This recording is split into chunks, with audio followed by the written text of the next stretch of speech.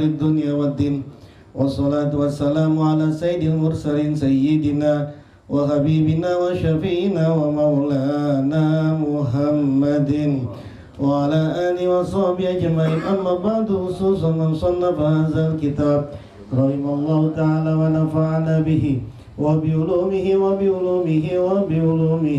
وفي الدارين آمين. الفاتحة. أعوذ بالله من الشيطان الرجيم. بسم الله الرحمن الرحيم. الحمد لله رب العالمين الرحمن الرحيم مالك يوم الدين. إياك نعبد وإياك نستعين. اهدنا الصراط المستقيم صراط الذين أنعمت عليهم غير المغضوب عليهم ولا الضالين. آمين. Bismillahirrahmanirrahim. Para asatiz, sahabat-sahabat sekalian, melanjutkan kitab Hikam Ibni Athaillah Sakandari yang dimukhtasarkan oleh Mbah Soleh Darat.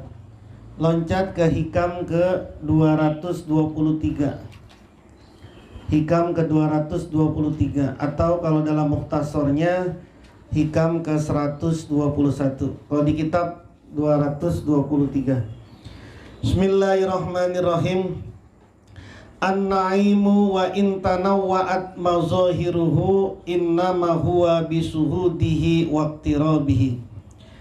An-na'imu adapun kenikmatan, wa in tanawwa'at dan sekalipun beraneka ragam, wa in tanawwa'at dan sekalipun beraneka ragam, mazahiruhu apa penampakannya naim, mazahiruhu apa penampakannya kenikmatan, innama hanyalah huwa ya kenikmatan, innama hanyalah huwa ya an-naim kenikmatan, bisuhudihi dengan menyaksikannya Allah, bisuhudihi dengan menyaksikannya Allah, waqtirabihi dan dekat kepada Allah, waqtirabihi dan dekat kepada Allah. Wal azabu dan adapun azab, wal azabu dan adapun azab, wa in tanawwa'at dan sekalipun beraneka ragam, wa in tanawwa'at dan sekalipun beraneka ragam, mazahiruhu apa penampakan azab, innama hanyalah huwa ya azab, biwujudi hijabihi dengan wujud, dengan adanya kehijaban kepada Allah, biwujudi hijabihi sebab atau dengan adanya hijab kepada Allah. Fasababul azabi maka adapun sebabnya azab, fasababul azabi maka adapun sebabnya azab, itu wujudul hijabi adanya keterhijaban, itu wujudul hijabi adanya keterhijaban. Wa itmamun naimi dan adapun sempurnanya kenikmatan, wa itmamun naimi dan adapun kesempurnaannya kenikmatan, bin nazri dengan memandang, ila wajihi pada wajahnya Allah al-karimi yang maha mulia. Ma tidaklah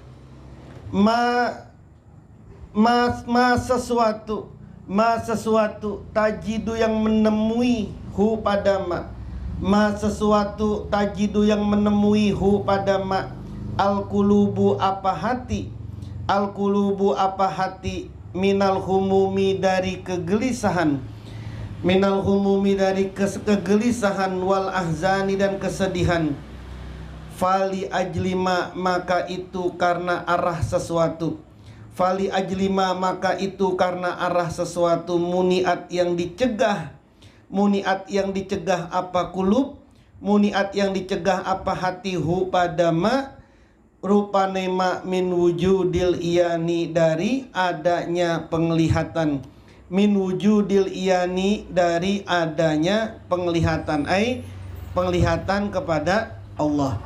Al-Imam Ibnu Athaillah As-Sakandari menyatakan dalam hikamnya ini, kenikmatan itu banyak, azab juga banyak.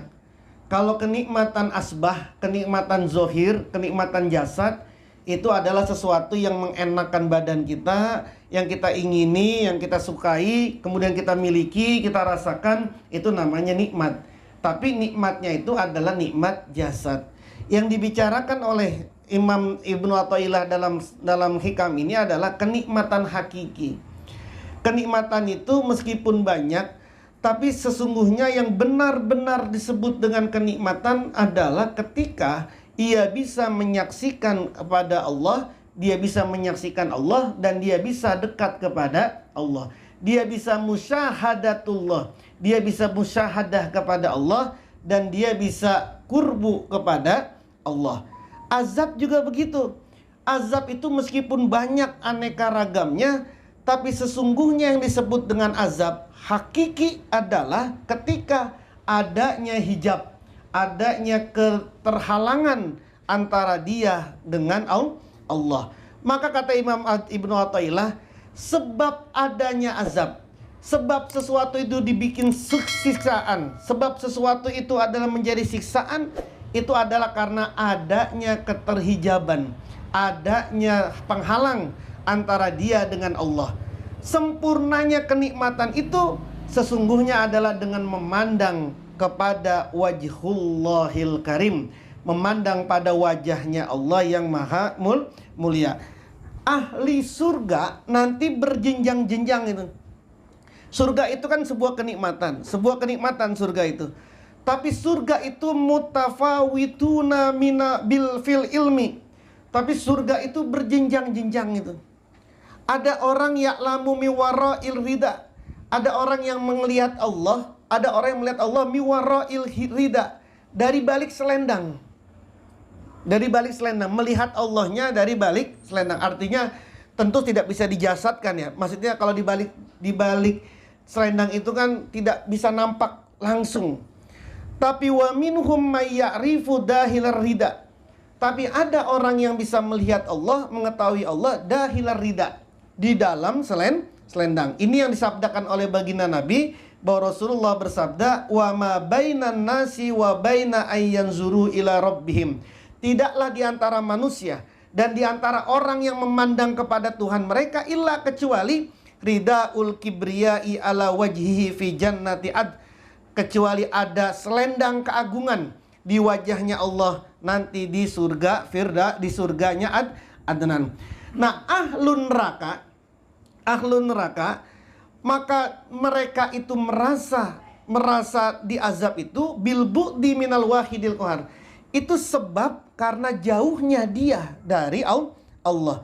Seandainya nih kata Ibnu Athaillah, seandainya Allah bertajali kepada mereka bisyifati jamalihi, seandainya Allah ini menampakkan dirinya di neraka kepada ahli neraka yang lagi disiksa, la ansahum zalikal yaum azabah, maka niscaya mereka akan lupa sama azabnya. Tapi pun juga begitu, seandainya Allah ihtajaba an ahlil jannah, seandainya Allah itu menghijab diri dari ahli surga, dia memang masuk surga, tapi Allah menghijab dirinya terhadap orang itu, sehingga ahli surga tidak bisa melihat Allah, padahal dia ada di ahli surga.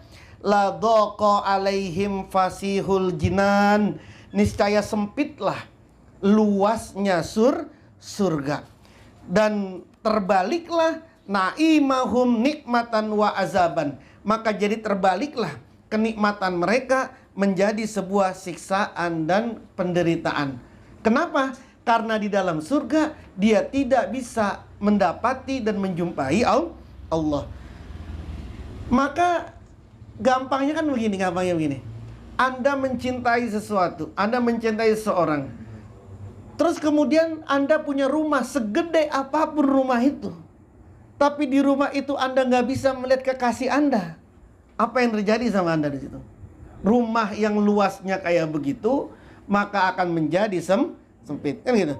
Tapi kalau Anda bersama dengan orang yang Anda betul-betul kasihi, sayangin, cintai, lagi benar-benar di puncak kasmarannya, meskipun Anda di kebun, tetap aja rasanya kayak di anak.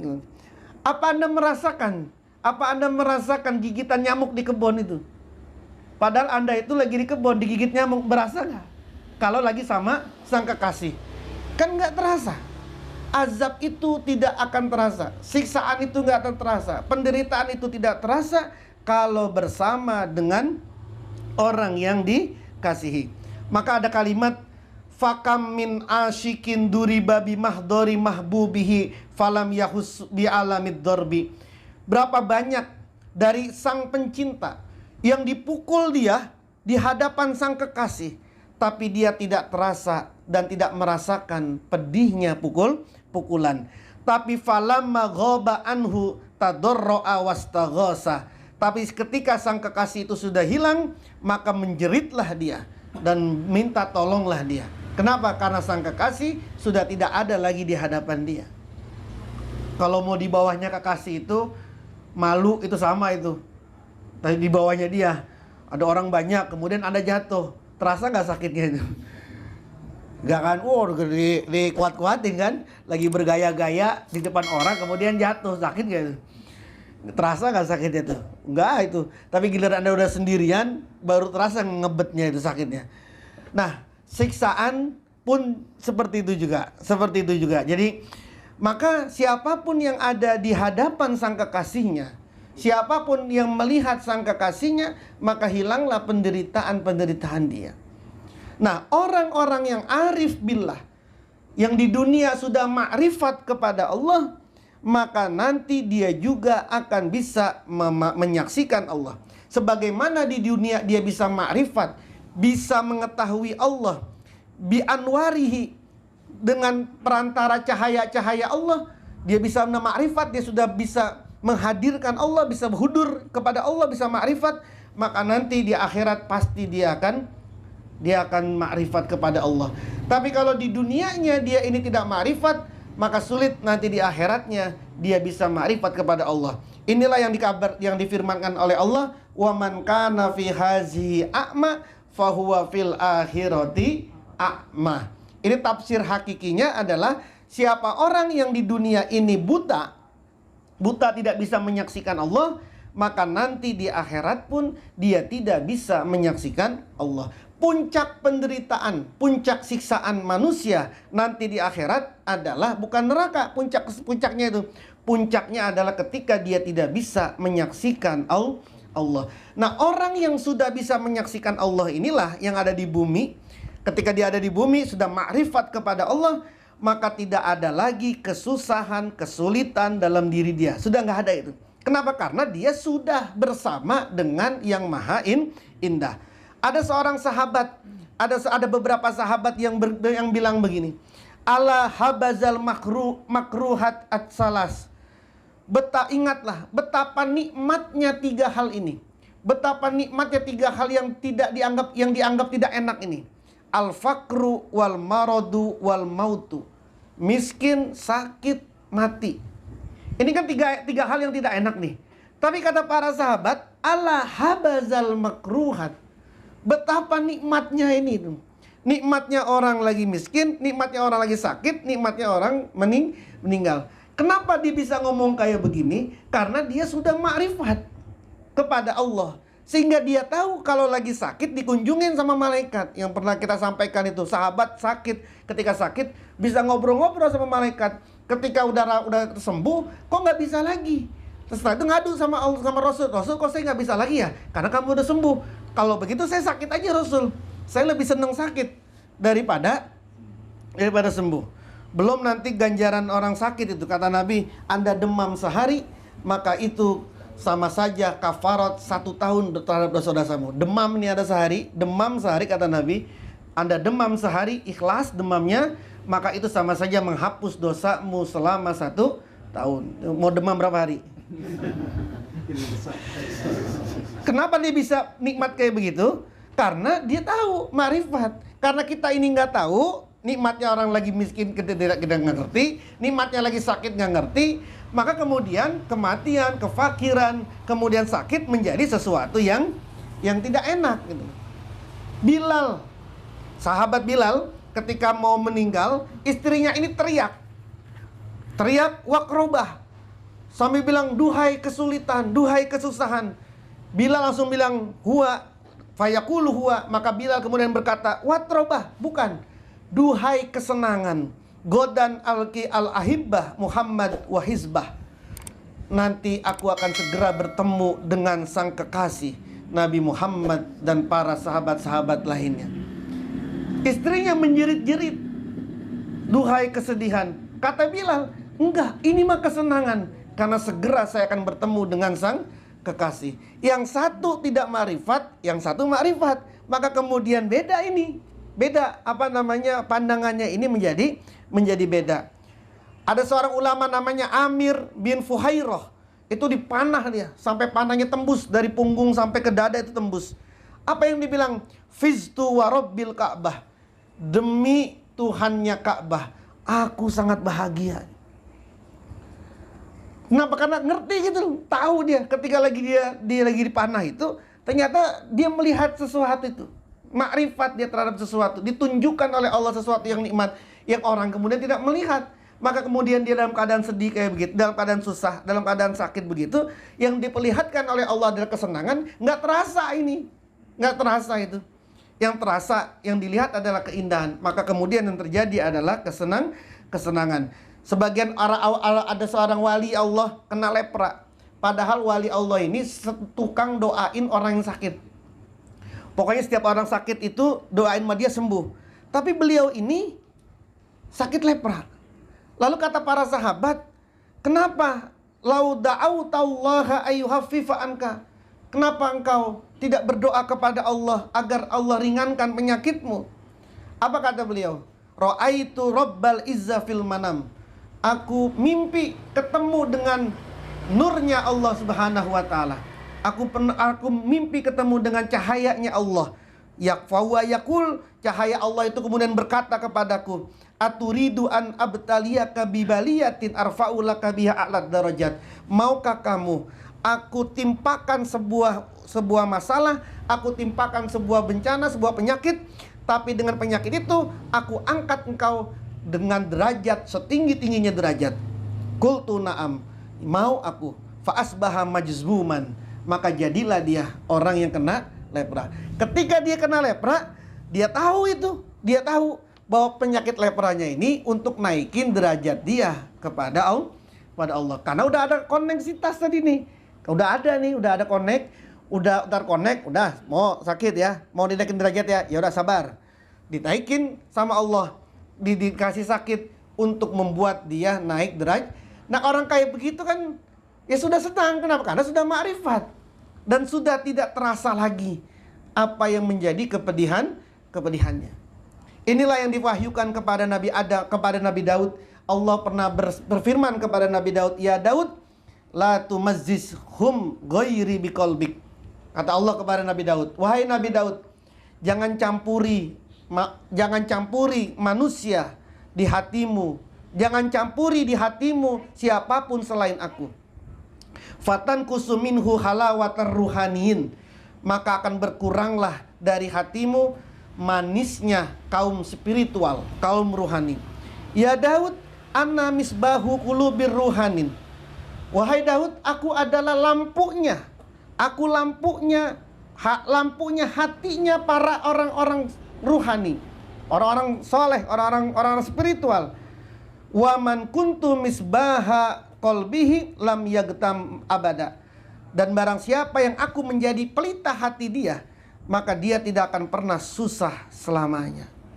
Jadi orang yang sudah menghadirkan dan sudah memampukan dan sudah dibisahkan, di hatinya ada pelitanya Allah, ada Allah di situ, lam yagtam abada, nggak bakalan dirinya susah selamanya. Inilah yang difirmankan oleh Allah, ala inna awliya Allahi la khaufun alaihim walahum yahzanun. Ayat ini kan sudah jelas banget. Kalau Anda pengen tahu walinya Allah, kalau Anda pengen tahu kekasihnya Allah, maka gampang saja sudah lihat itu. Dia susah apa enggak? Dia yahzanun apa enggak? Dia takut apa enggak? Dia betean apa enggak? Kalau dia masih bete aja hidupnya, kalau dia masih resah aja, masih galau aja, bukan seorang wali. Udah begitu. Jangan pakai dalil la ya'riful wali ila wali. pakai dalil Quran saja sudah, pakai dalil Quran. Ini orang ada takutnya apa enggak? Takut itu ada gelisahnya enggak? Enggak punya duit, gelisah apa enggak dia? Terus kemudian ada musibah seperti ini, gelisah enggak hati dia? Besok mau acara, belum punya dana, gelisah enggak hati dia? Gitu ya. Besok mau 1 abad ini, udah datang proposalnya ini, gelisah apa enggak dia? Kalau kemudian dia enggak gelisah, wali sudah itu dia. Wali, tapi kalau masih pusing, waduh bagaimana besok? Belum wali itu. Kenapa? Karena wali itulah khaufun alaihim walahum. Kenapa kok mereka itu tidak takut dan tidak gelisah? Karena dia sudah arif billah. Dia sudah terkonek kepada Allah dan dia sudah tahu ini ada apa. Sehingga tenang saja dia. Maka orang yang sudah nyampe di sini tidak mungkin dia susah. Kalau sudah tidak mungkin susah hatinya, maka wajahnya pasti ceria. Tapi kalau orang cemburutan mulu, bukan wali itu. Meskipun pakai apapun juga nggak mungkin. Kalau cemburutan mulu nggak. Nah, wallahu a'lam bishawab.